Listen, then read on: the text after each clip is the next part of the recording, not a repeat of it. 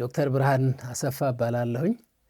የፎክሎር መግቢያ ኮርስን ሶስተኛውን ምዕራፍ አቅርብላችኋለሁ። ተማሪዎች እንኳን በሰላም መጣችሁ ማለት እፈልጋለሁ።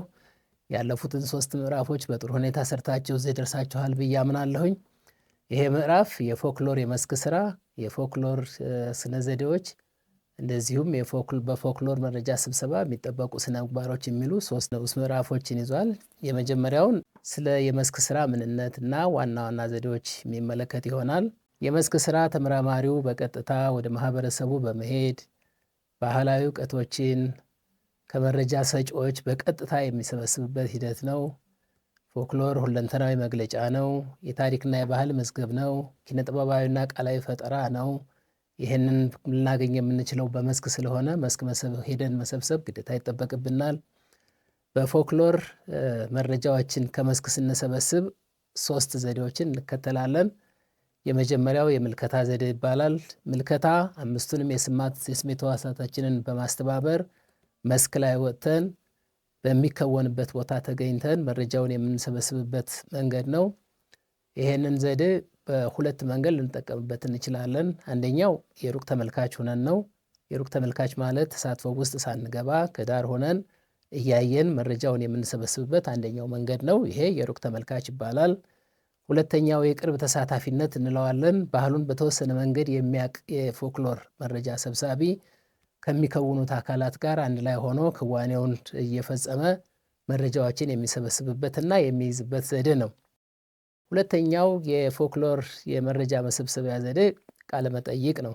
ቃለመጠይቅ አንድ መረጃ ሰጪና አንድ መረጃ ሰብሳቢ ብቻቸውን ሆነው ፊት ለፊት በመገናኘት በጥያቄና በመልስ መረጃዎችን የሚሰበስብበት አጋጣሚ ነው። ይህም በመሆኑ በባህሪው የቃለመጠይቅ ዘዴ ጥያቄዎችም ሲዘጋጁ ጥያቄዎችም ሲቀርቡ የራሱ የሆነ ደንብ አለው። ለምሳሌ ክፍት ጥያቄዎችን መጠየቅ ተገቢነት አለው። ይሄ መረጃ ሰጪው በነፃነት እንዲያወራ እድል ይሰጣል። ከዚህም በተጨማሪ አዎ፣ አይደለም፣ ነው፣ አይሆንም፣ እስማማለሁ፣ አልስማማም የሚሉ አማራጮች በዚህ ክፍል አያገለግሉም። በቀጥታ ክፍት ጥያቄ ሆኖ መረጃ ሰጪው በነፃነት እያወራ መረጃ የሚሰጥበት ነው። ሌላው ይህንን ቃለመጠይቅ ስናደርግ መሪ ጥያቄዎችን ማስወገድ ይጠበቅብናል። መሪ ጥያቄዎች ማለት መረጃ ሰብሳቢው በሚፈልገው አቅጣጫ እንዲሄድ ማድረግ አይገባውም።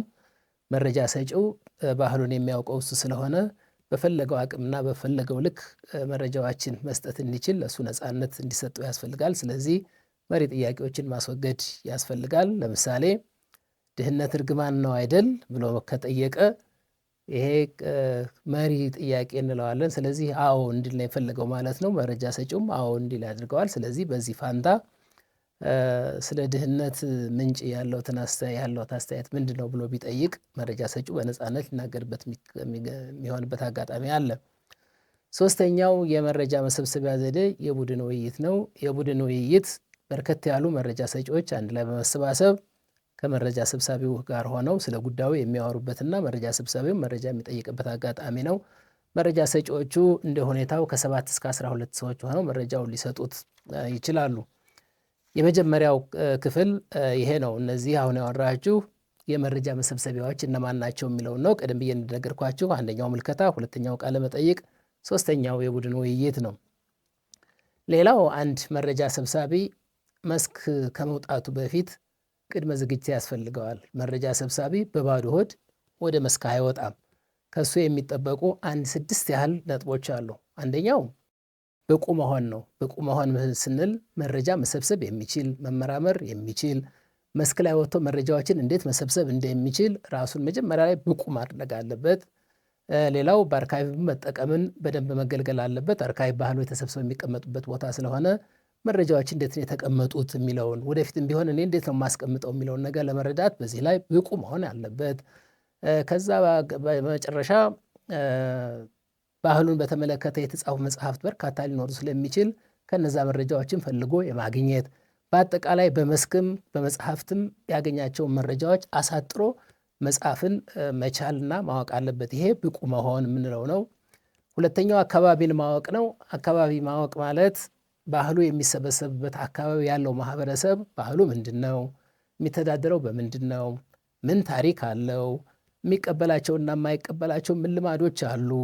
መረጃ ሰብሳቢው ማህበረሰቡ ዘንድ ሲቀላቀል ከሱ የሚጠበቅበትን ነገር አውቆ መገኘት አለበት። ይሄ አካባቢን ማወቅ እንለዋለን። ሶስተኛው ርዕስን በሚገባ መረዳት ያስፈልጋል። መስክ ወጥቶ መረጃ ሲሰበስብ ርዕሴ ገደቡ እስከ ምንድን ነው? ለዚህ ርዕስ ምን መረጃዎች ያስፈልጋሉ? ይህን ማወቅ አለበት። ለዚህ ደግሞ በቃለ መጠይቅም በምልከታም በቡድን ተኮር ውይይትም የሚጠይቃቸውንና የሚሰበስባቸውን መረጃዎች ዝርዝር አበጅቶ በሌላ አባባል ቼክሊስት አዘጋጅቶ መውጣት ይጠበቅበታል። ይሄ ርዕስን ከመረዳት ጋር የተገናኘ ነው። አራተኛው ቁሳቁሶችን ማዘጋጀት ያስፈልጋል። መረጃ ሰብሳቢው መስክ ሲወጣ መረጃዎችን በጽሁፍ ሊይዝ ይችላል፣ በድምፅ ሊይዝ ይችላል፣ በቪዲዮ ሊይዝ ይችላል። ስለዚህ ለዚህ የሚያግዙትን እቃዎች አዘጋጅቶ መሄድ አለበት። ለምሳሌ ድምፅ መቅጃ፣ ቪዲዮ ካሜራ፣ ፎቶ ካሜራ፣ ደብተር፣ እስክሪብቶ፣ እነዚህን ነገሮች መያዝ። በተለይ ደግሞ እነዚህ የድምፅ መቅረጫ ካሜራዎችን እነዚህን የመሳሰሉትን በደንብ አጠቃቀማቸውን ሁሉ አውቆ ቤቱ እንደገና ደግሞ መስራት አለመስራታቸውን አረጋግጦ ነው መስክ መሄድ ያለበት። ይህንን ካሟላ በኋላ አምስተኛው ላይ ህጋዊ ፈቃድ ማግኘት አለበት። ዝም ብሎ ዘውጉ ተብሎ መረጃ የሚሰበሰብበት ቦታ ላይ አይገባም። ለምሳሌ ምን ያስፈልገዋል ካል ተቋማዊ የድጋፍ ደብዳቤ ያስፈልገዋል። ለምሳሌ አንድ ተመራማሪ ከአንድ ተቋም ተልኮ የሚሄድ ከሆነ እሱ ከሚሰራበት ተቋም ህጋዊ ሰው ስለመሆኑ ህጋዊ ተመራማሪ ስለመሆኑ የሚያሳይ ደብዳቤ አጽፎ መሄድ አለበት። ሁለተኛ መረጃው ከሚሰበሰብበት አካባቢ ካለ የወረዳ ሊሆን ይችላል፣ የቀበሌ ሊሆን ይችላል፣ ወይም የዞን ሊሆን ይችላል። ከነሱም ፈቃድ ማግኘት አለበት። ይሄ እንዳለ ሆኖ እነዚህ መረጃዎች በእጁ እንደያዘ መረጃ ስጡኝ ከማለቱ በፊት ማህበረሰቡ መረጃ ሊሰጠው ፈቃደኛ መሆኑን ማረጋገጥ አለበት። ከዚህ በኋላ ነው ማስታወሻ ሊወስድ የሚችለውና መረጃ ሊሰበስብ የሚችለው። ሌላው አንድ ተመራማሪ ማወቅ ያለበት የማስታወሻው አያያዝና ግልበጣን በተመለከተ እንደዚሁ እውቀት ሊኖረው ይገባል። በወረቀት ይጽፋል፣ በቪዲዮ ይቀርጻል፣ ፎቶ ያነሳል። እነዚህን በተመለከተ እንዴት አድርጎ መረጃ እንደሚይዝ ወደ ወረቀት እንዴት አድርጎ እንደሚቀይራቸው እነዚህን በሚገባ መጠንቀቅና ማወቅ ያስፈልገዋል። በዛ ላይ መረጃዎችን ሰብስቦ እንደጨረሰ በ24 ሰዓታት ውስጥ ትራንስክራይብ ማድረግ ወይም ወደ ጽሁፍ መቀየር ያስፈልገዋል። ወደ ጽሁፍ ሲቀይር ደግሞ ቃል በቃል መረጃ ሰጪው የተነፈሰው ሁሉ በሚገባ መመዝገብ አለበት። አንዳንድ ትራንስክራይብ ወይም መረጃውን የሚገለብጡ ሰዎች ዋናውን ጉዳይ ብቻ ከያዙ ሌላውን የሚተውበት አጋጣሚ አለ። ለምሳሌ መረጃ ሰጪው የሚስቅ ከሆነ ከተናገረው ቀጥሎ በቅንፍ አድርገን ሳቅ፣ የተወሰነ ነገር ተናግሮ የጊዜ ቆይታ ዝም የሚል ከሆነ በቅንፍ አድርገን ዝምታ፣ እንዲህ አይነት ነገሮችን ቃል በቃል መገልበጥ ያስፈልጋል። ከዛ ውጭ ትርጉም የሌላቸው ግን እንደ መሸጋገሪያ የሚሆኑ ለምሳሌ እየተናገረ እያለ ቢል እነዚህ ሁሉ በሚገባ እዛ ላይ መቀመጥ አለባቸው።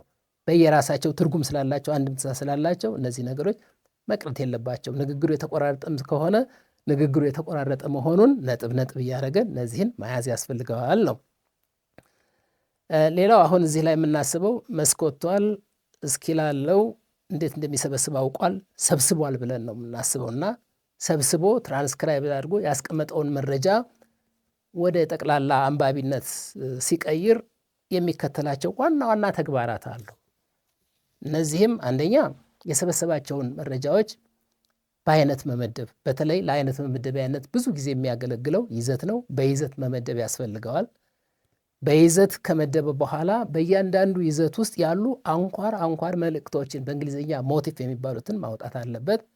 ከዛ በኋላ መረጃውን መመዘን፣ በአውድ መተንተን፣ እንደዚሁ እንደገና ደግሞ ምድብ መስራት አለበት። ይሄንን ካደረገ በኋላ ሁሉም መረጃ በትንተና ውስጥ ስለማይገቡ ከእያንዳንዱ ምድብ ውስጥ ወካይ ይሆናሉ የሚላቸውን መምረጥ ያስፈልጋል። ወካዮችን ከመረጠ በኋላ ምንድነው የሚያደርገው? ወደ ትርጉም ስራ ይሄዳል፣ ይተረጉማል፣ ከሌሎች ጋር ያነጻጽራል። የተረጎመውን ከሌሎች ጋር ያነጻጽረውን አይቶ መጨረሻ ላይ ድምዳሜ ይደርሳል። ይሄ በፎክሎር የጥናትና ምርምር አደራረግ ደንብ የሚጠይቀው ስለሆነ ይህን መከተል ያስፈልጋል። ሌላው የዚህ የሶስተኛው ምዕራፍ ሶስተኛ ክፍል የአርካይቭ እንደዚሁም የጥበቃና የባለቤትነት መብት መጣስ የሌለባቸው ጉዳዮች ስላሉ እነዚህን በሚገባ ማወቅ ያስፈልጋል። መጀመሪያ አርካይቭ ምንድን ነው ካል ባንክ ማለት ነው። የምን ባንክ ብለን ከጠየቅ ባህል የሚከማችበት ባንክ ማለት ነው።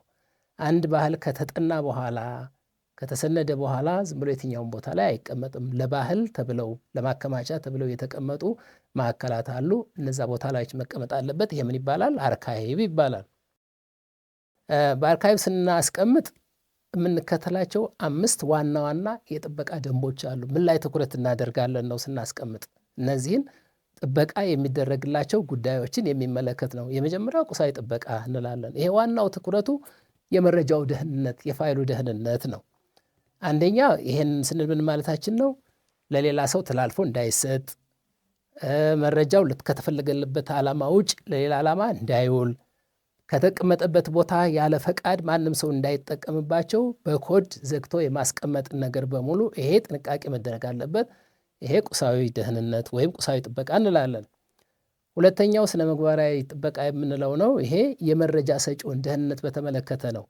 በባህል ጥናት ወይም በፎክሎር ጥናት መረጃ የሰጠው ሰው ጥናቱ ውስጥ በስሙ አይቀመጥም። ልናስቀምጥ የምንችለው በምንድን ነው? በኮድ ነው። ለምሳሌ መረጃ 1፣ መረጃ ሰጪ 1፣ መረጃ ሰጪ 2፣ መረጃ ሰጪ 3 እያልን ሰነድ ውስጥ እናስቀምጣለን።